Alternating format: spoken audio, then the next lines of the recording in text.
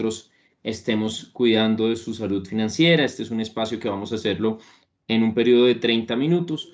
Y quien tenga alguna duda, algún comentario, alguna pregunta, siéntase en la libertad de hacerlo a través del chat, que vamos a estar muy pendientes de resolverlo en este mismo espacio. Bienvenidos a esta guía de salud financiera, planeación financiera para profesionales de la salud.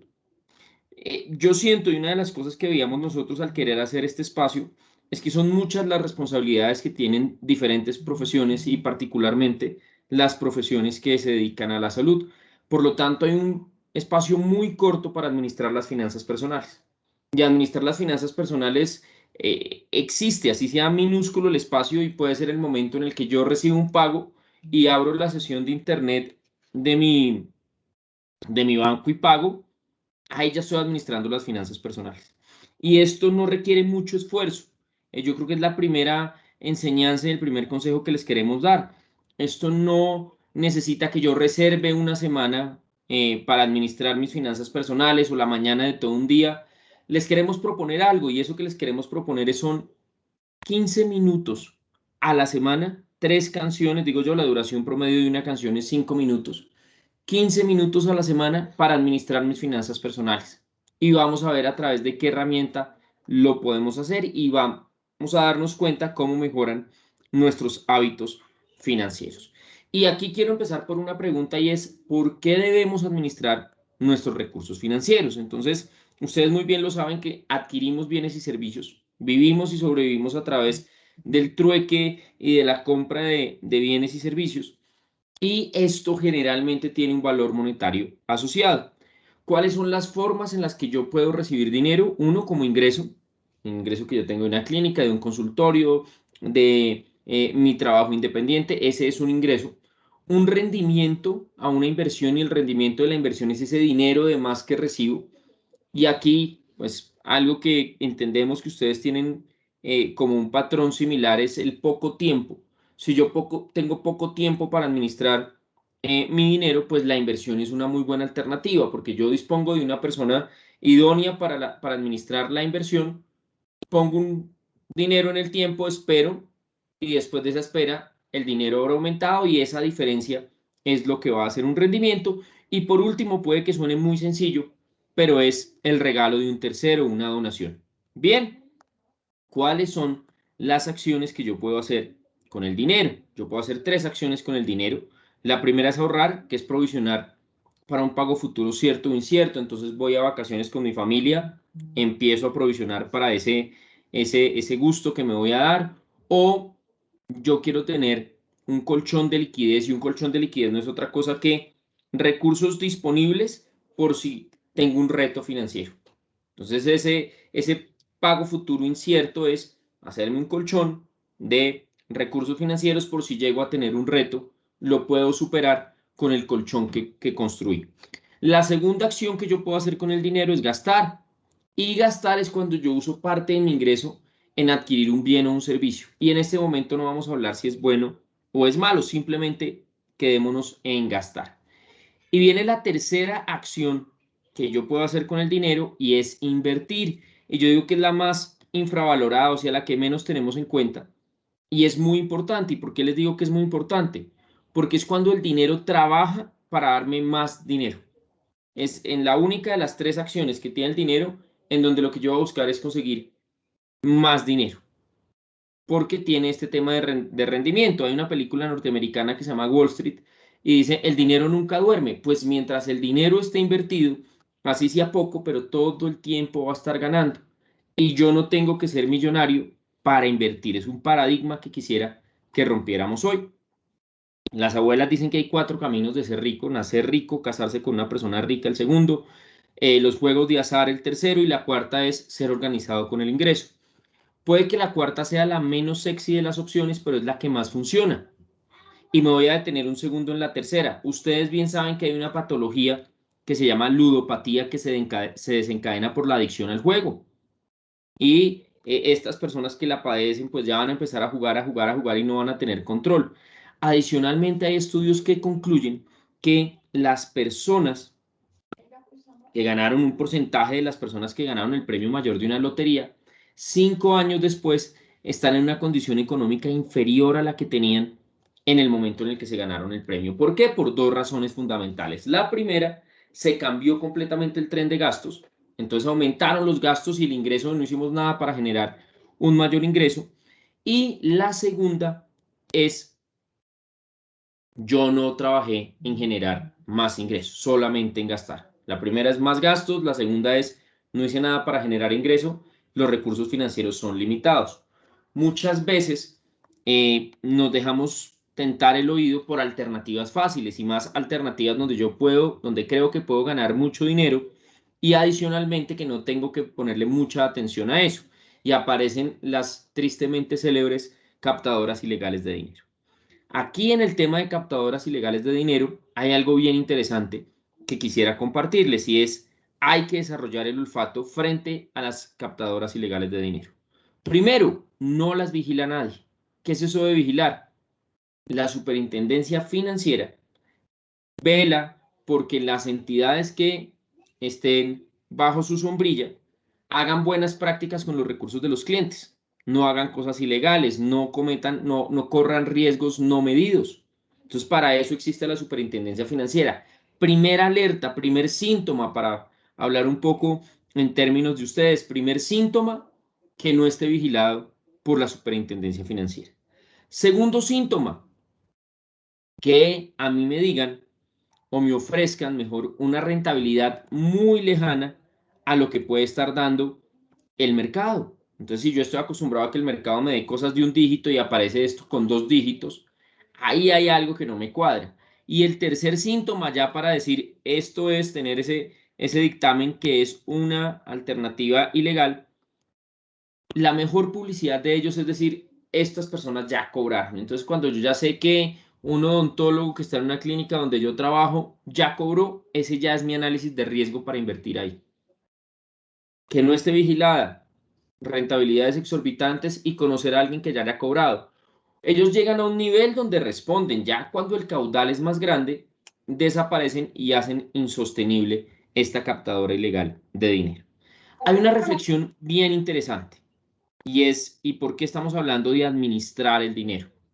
Y se las quiero leer tal cual, y es, en el camino de tener una vida financieramente estable, hemos encontrado todo nuestro esfuerzo hemos concentrado todo nuestro esfuerzo en conseguir dinero y no nos hemos preocupado, no nos hemos ocupado nada en aprender a administrarlo.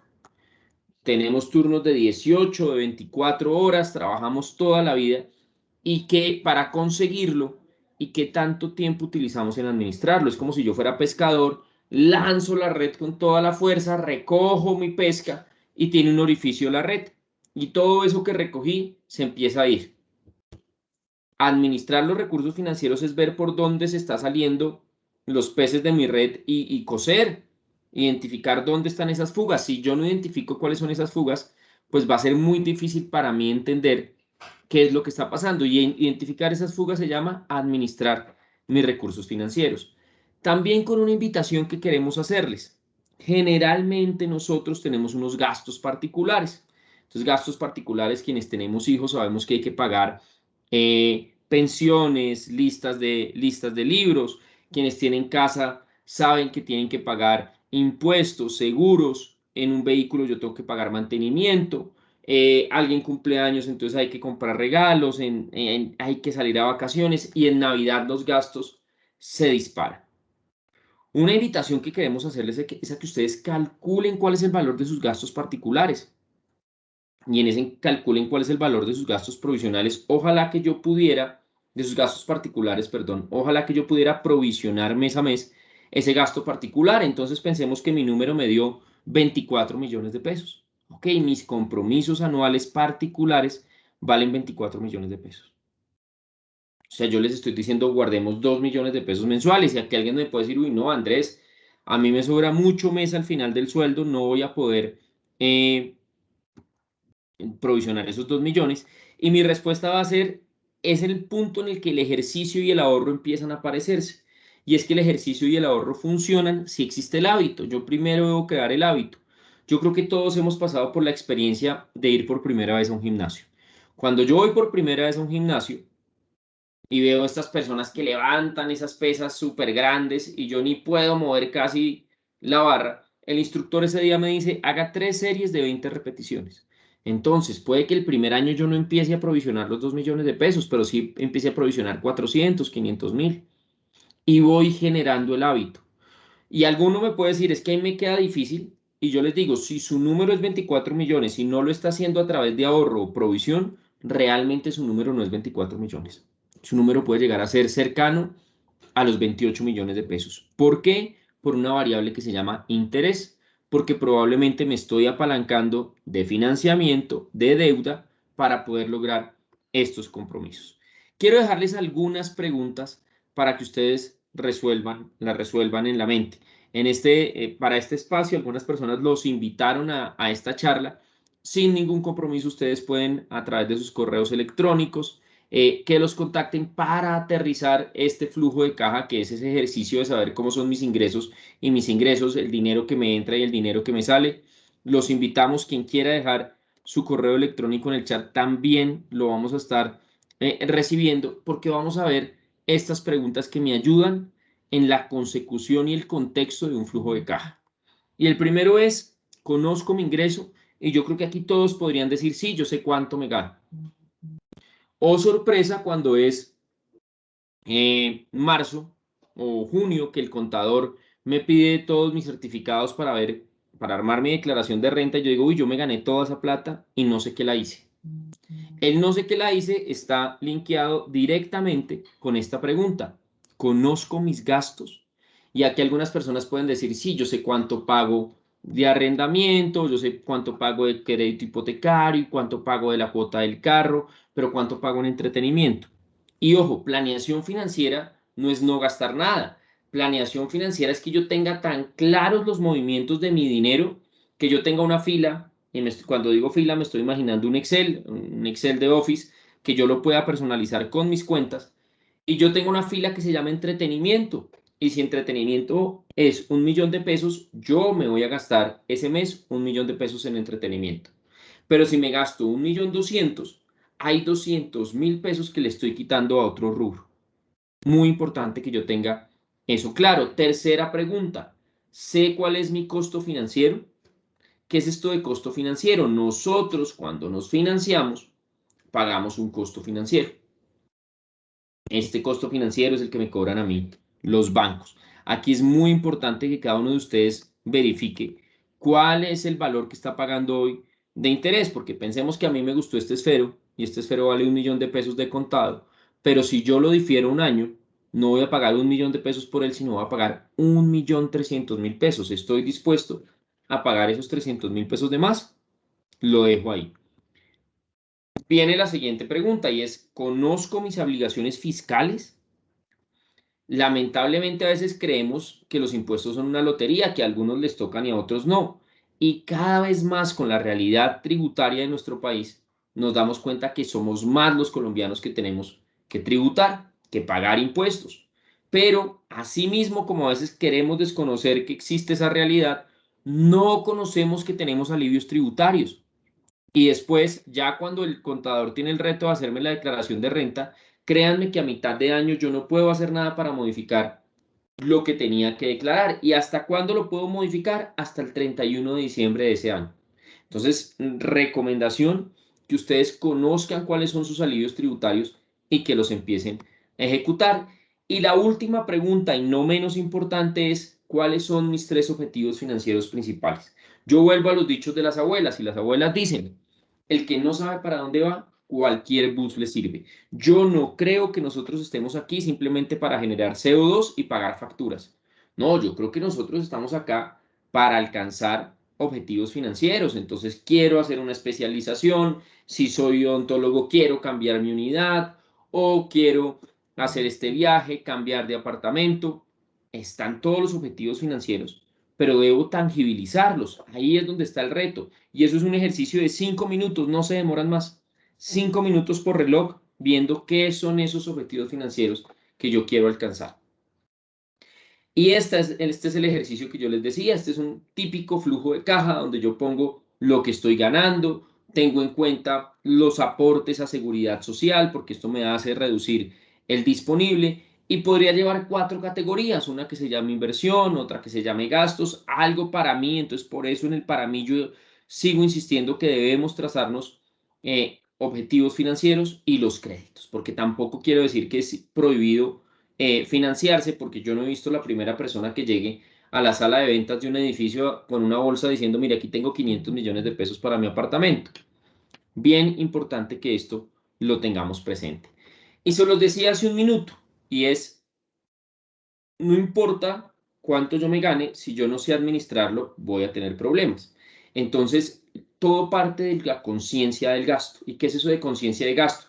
No importa si yo me gane 5, 10, 15, 20 millones de pesos. Si yo no tengo conciencia sobre el gasto, voy a sentir que el dinero se me va como el agua entre las manos. Y hay una frase de Dave Ramsey que ilustra muy bien lo que es conciencia de gasto, y es: compramos cosas que no necesitamos con dinero que no tenemos para impresionar a gente que no nos gusta. Fundamental, cada vez que ustedes estén en una decisión de compra, pregúntense, ¿lo necesito? ¿No lo necesito? Son segundos. Pero si yo me doy cuenta que la respuesta es no lo necesito, perfecto, vuelvo y lo dejo en el estante, o no doy clic en el celular ahorita que se triplicaron las ventas online. ¿Y cuáles son nuestras prioridades? Los seres humanos generalmente funcionamos de la misma manera. Y miren, cuando hablamos de finanzas personales, algunas personas pueden decir, no, pero es que lo mío es la salud, yo no entiendo de números. No hay que saber de números, hay que saber de comportamientos. Y les pongo este ejemplo. Generalmente a nosotros nos pagan. Entonces, cuando a mí me pagan, yo inmediatamente cubro obligaciones. Entonces, pago créditos, pago colegios, pago servicios, y después de cubrir obligaciones, me queda un disponible. Y cuando yo tengo ese disponible, me da una sensación de abundancia. Y cuando tengo esa sensación de abundancia, uno como que le pica la plata en la cuenta y empieza uno a tomar decisiones emocionales. Entonces ese día a domicilio para todos, ese día se da unos ciertos gustos, que no está mal, pero lo que sí está mal es que yo no provisione y yo no sepa que ese disponible tiene que durarme hasta el siguiente día de pago, hasta la siguiente fecha de pago. Y por eso algunas personas llegan a ese otro momento de pago así casi gateando, porque se gastaron el disponible y faltaban 14 días o faltaban 28 días para el siguiente pago. ¿Qué puedo hacer? Identificar cuál es mi disponible y dividirlo por el número de días que me quedan hasta el siguiente pago. Algunas personas pueden decir, uy, Andrés, ese ejemplo que usted está poniendo está muy extremo. No, listo, puede que sea extremo, pero lo más triste es que hay algunas personas que empiezan a cubrir el día a día con tarjeta de crédito. Y ahí sí se nos complica la ecuación.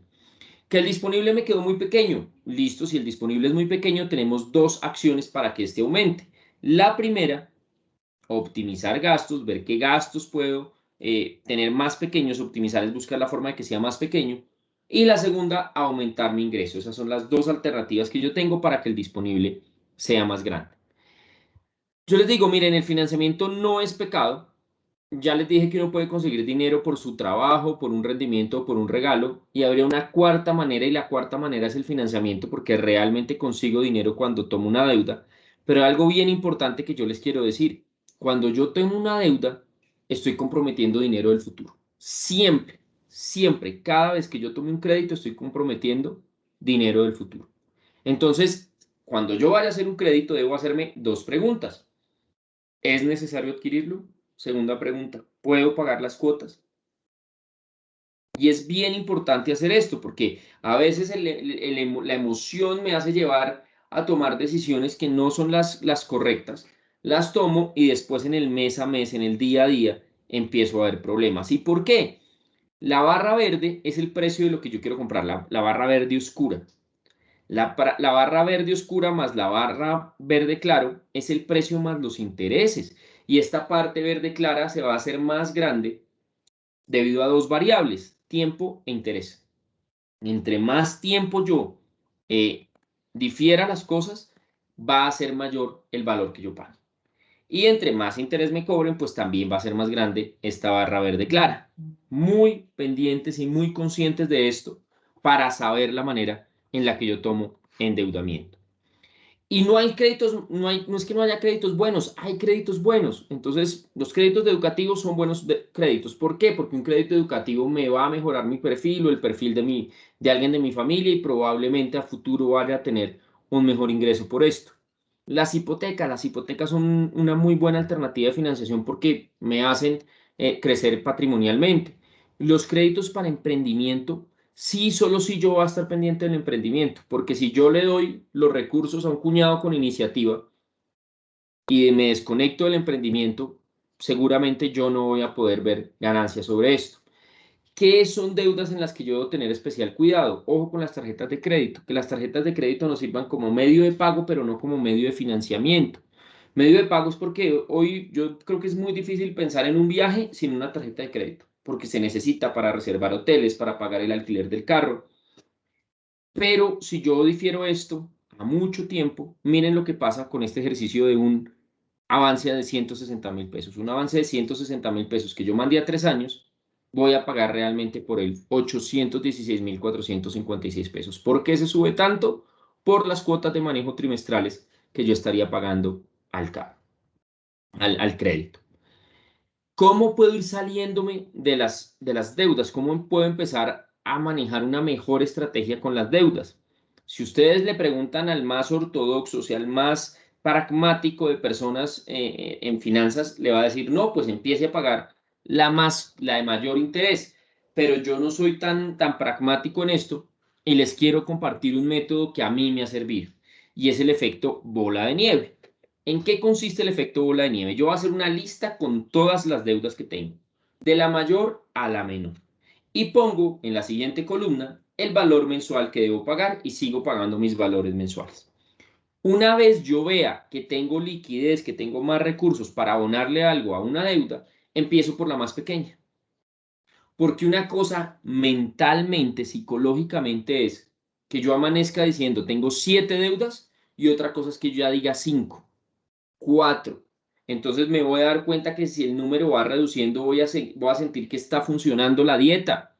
Entonces, si siento que está funcionando la dieta, voy a ver un mayor valor sobre esto. Empiezo desde la más pequeña sin descuidar los pagos mínimos de todas. Hablemos un segundo del crédito, de un crédito de libre inversión que estaba también por ahí. Hoy los bancos nos llaman muchísimo con la llamada millonaria y la llamada millonaria es usted que es el mejor doctor de esta clínica, usted señora es la mejor odontóloga de este consultorio, le acabamos de preaprobar 40 millones de pesos y somos cinturón negro en encontrarle rápidamente uso al dinero, o sea, a mí me dicen 40 millones de pesos y ya monto a mi mamá en bikini y nos vamos de vacaciones. Y si yo graficara el negocio, un crédito hasta barato con el 1.1 mes vencido, yo voy a disfrutar hoy 40 millones de pesos y durante 5 años voy a estar pagando 1 millón mensual. Por lo tanto, el banco va a disfrutar o va a recibir 60 millones de pesos.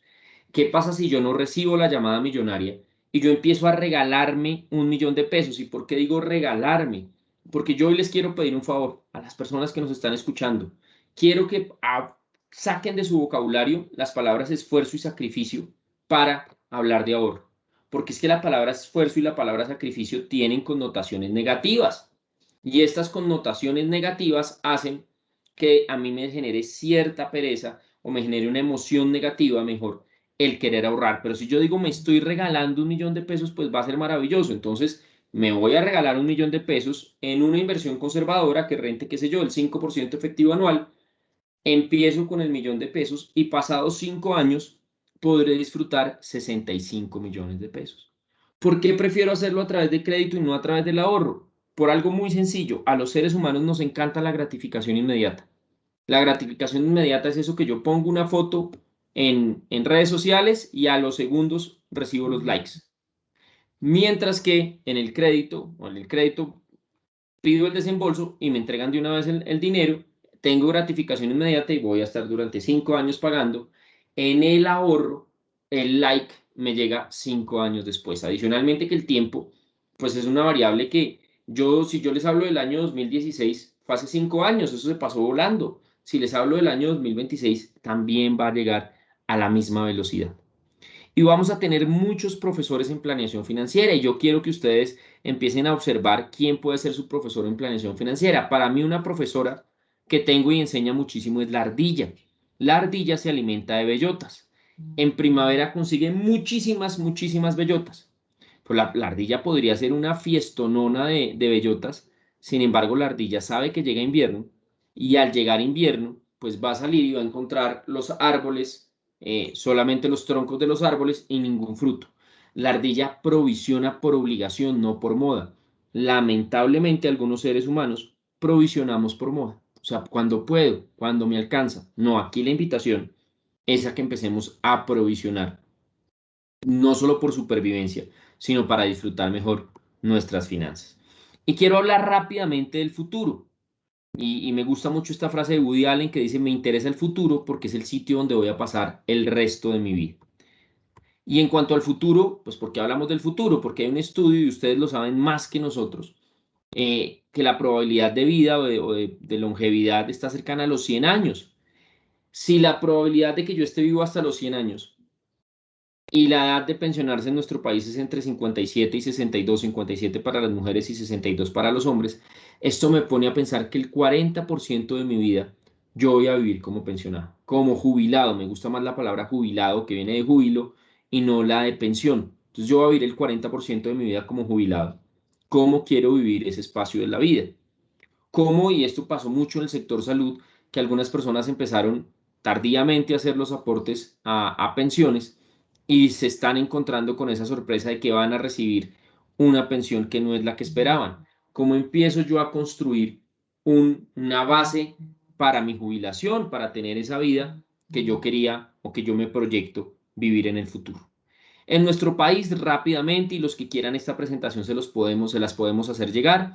En nuestro país existen dos regímenes para cotizar a pensión obligatoria. Uno administrado por el Estado, que es el régimen de prima media, y otro administrado por 4 administradores de fondos de pensiones, que se llama RAIS, régimen de ahorro individual con solidaridad.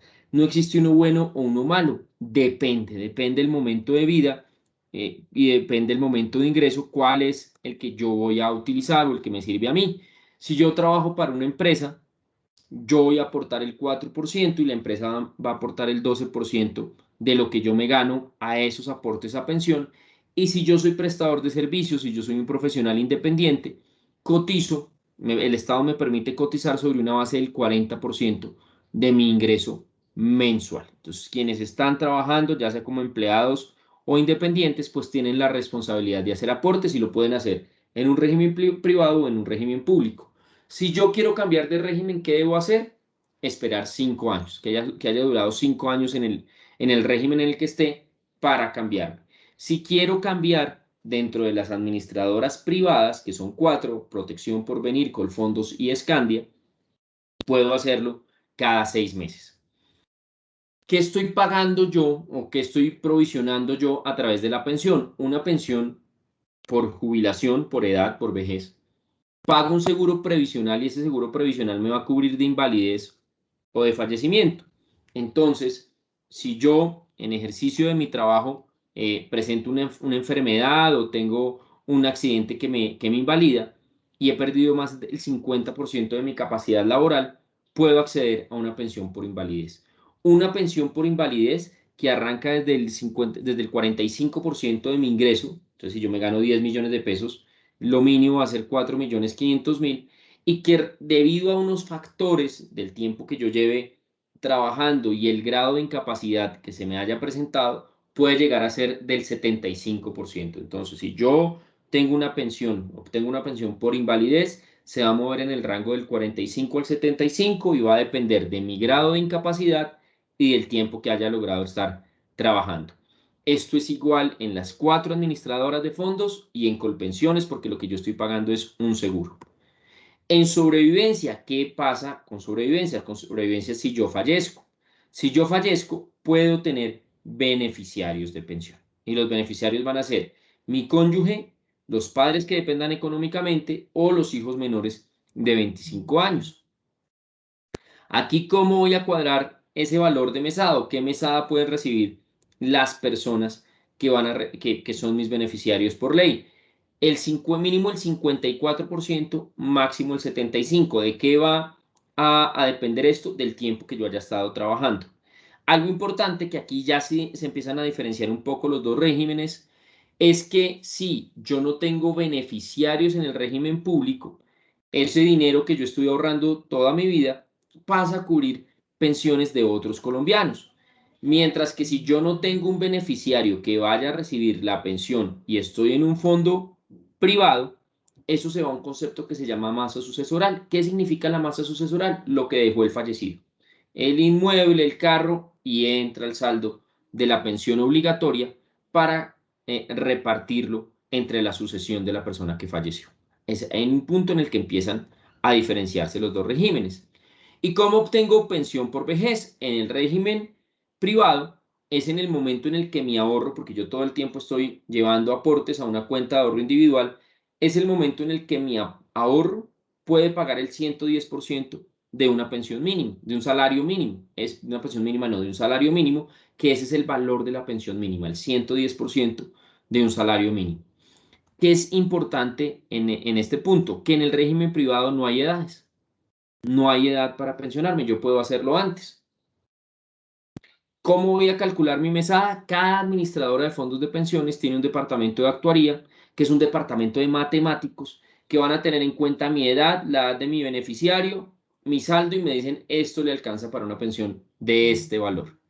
¿Qué sucede en el régimen público? En el régimen público, si yo soy mujer, debo tener 57 años para pensionarme. Si yo soy hombre, debo tener 62 y haber cotizado 1.300 semanas al sistema. Esos son más o menos 26 años de estar trabajando. ¿Cómo se calcula la mesada? Van a hacer un cálculo del ingreso del afiliado en los últimos 10 años que haya cotizado. Esa es la forma en la que se obtiene pensión por vejez. Pero ¿qué pasa si yo no alcanzo? Porque ya vimos que es cuando el saldo alcance para el 110% de un mínimo, o aquí ya nos hablaron de 1.300 semanas. En el fondo privado, lo primero que me van a decir es, ¿alcanzó 1.150 semanas? Si alcancé 1.150 semanas, tengo derecho a algo que se llama pensión mínima, que es el 110% de un salario mínimo. Si no alcancé las 1.150 semanas, a partir de los 57 años si soy mujer o a los 62 si soy hombre, que ya cumplí la edad que en el otro régimen me exigen, yo puedo acercarme a mi administradora y pedirle la devolución de mis saldos. Y la devolución de mis saldos pues lo van a tener de acuerdo a la rentabilidad histórica de lo que haya rentado mi cuenta de ahorro individual. ¿Qué pasa en el régimen público? En el régimen de prima media, no tengo el tema de la pensión mínima y si no alcancé por edad, si no alcancé por semanas, pues voy a acceder a algo que se llama indemnización sustitutiva de pensión. Y la indemnización sustitutiva de pensión no es otra cosa que el Colpensiones, que es la entidad que administra estas pensiones, va a traer a valor presente neto, que eso en matemáticas financieras se llama a pesos de hoy. En español, valor presente neto se llama a pesos de hoy. Cada aporte que yo haya traído. ¿Y con qué tasa lo trae? Con el IPC. El IPC es el índice de precios al consumidor. Por lo tanto, si mi caso personal es que probablemente no me alcance a pensionar, tal vez la mejor alternativa sea una administradora de fondos de pensiones. Bien, eso en cuanto a pensión. Rápidamente quiero hacerles una pregunta y es, imagínense que ustedes en su casa tienen una máquina de hacer dinero. ¿Ustedes cuidarían esa máquina de hacer dinero? ¿Le tendrían un seguro? Bueno, hoy les tenemos una super noticia y es que cada uno de ustedes al menos tiene una máquina de hacer dinero en sus casas. ¿Quién es la máquina de hacer dinero en mi casa? Soy yo. Y repito las preguntas. Me estoy cuidando, cuento con un seguro y es el punto en el que la planeación financiera y la salud se encuentran. Si yo soy proactivo en mi salud, probablemente, si mi yo del futuro pudiera viajar al pasado, me diría, oiga Andrés, gracias porque usted se cuidó y al cuidarse evitó que tuviera algunas enfermedades. Quiero compartirles esto que encontramos en un estudio de los factores de riesgo de morir en perspectiva. Todos le tenemos pavor a una guerra y guerra tal vez es el más bajo, pero quiero compartir con ustedes los 4 más grandes. Fumar, presión alta, colesterol alto y obesidad, que en gran medida dependen de mí. Y voy a otra de las preguntas y es, ¿estaría asegurada mi máquina? Pensemos que ya, si yo llego a faltar, es un dolor inmenso para mi familia el pensar que yo no voy a estar con ellos. Si van a perder su calidad de vida, el dolor se va a hacer más grande. Una forma de poder ser paliativo un poco con este tema es, hombre, esta máquina de hacer dinero va a contar con un seguro por si llega a presentarse un siniestro. Estos son tiempos que son un poco difíciles en el tema financiero y por eso traje esta gráfica del Club de Inversionistas, que es una página por si la quieren seguir en Instagram, que muestra el comportamiento del índice Standard Poor's 500. En español, ¿qué es el índice Standard Poor's 500? Son las 500 empresas de mayor bursatilidad, de mayor venta de acciones en los Estados Unidos. Y eso existe desde hace muchísimo tiempo. Esta gráfica que nos muestra 6 momentos de los últimos 100 años, la gráfica azul que parece un electrocardiograma y para ustedes ya empieza a ser más conocida. Hay 6 momentos de los últimos 100 años donde alguna persona dijo, este puede ser el fin del mundo financiero. La Gran Depresión en el año 29, la Segunda Guerra Mundial, la crisis del petróleo, la burbuja.com, que eran empresas de Internet que no tenían nada, o sea, que se cayeron. En el 2008, la gran recesión de la deuda hipotecaria y esto que vivimos desde el año 2020, en el coronavirus, que no creemos que vaya a ser el fin del sistema financiero. ¿Qué sí nos vamos a encontrar? El aumento de servicios domiciliarios, un concepto de solidaridad más ampliado, teletrabajo dependiendo del oficio que amplía y que aumenta exponencialmente, la economía colaborativa súper en boga y es esta economía de cómo unimos puntas en necesidad, los viajes y eventos masivos van a modificar algunos de sus procedimientos, los controles sanitarios se van a intensificar y ustedes ya lo están viviendo y vamos a ver cómo aumentan los emprendimientos. Eso sí, paulatinamente vamos a sentir que volvemos a vivir con una confianza sanitaria mayor, donde preferimos experiencias personalizadas o casi exclusivas, y algo que va a tener en cuenta todo el mundo y se los aseguramos, planeación a mediano plazo. La gente va a estar más consciente de planear a mediano plazo. Este es el ejercicio que queríamos compartir con ustedes. Muchas gracias por haberse conectado con nosotros. Queremos saber si tienen alguna pregunta, algún comentario y vamos a estar muy pendientes del chat para leerlos. Muchas gracias.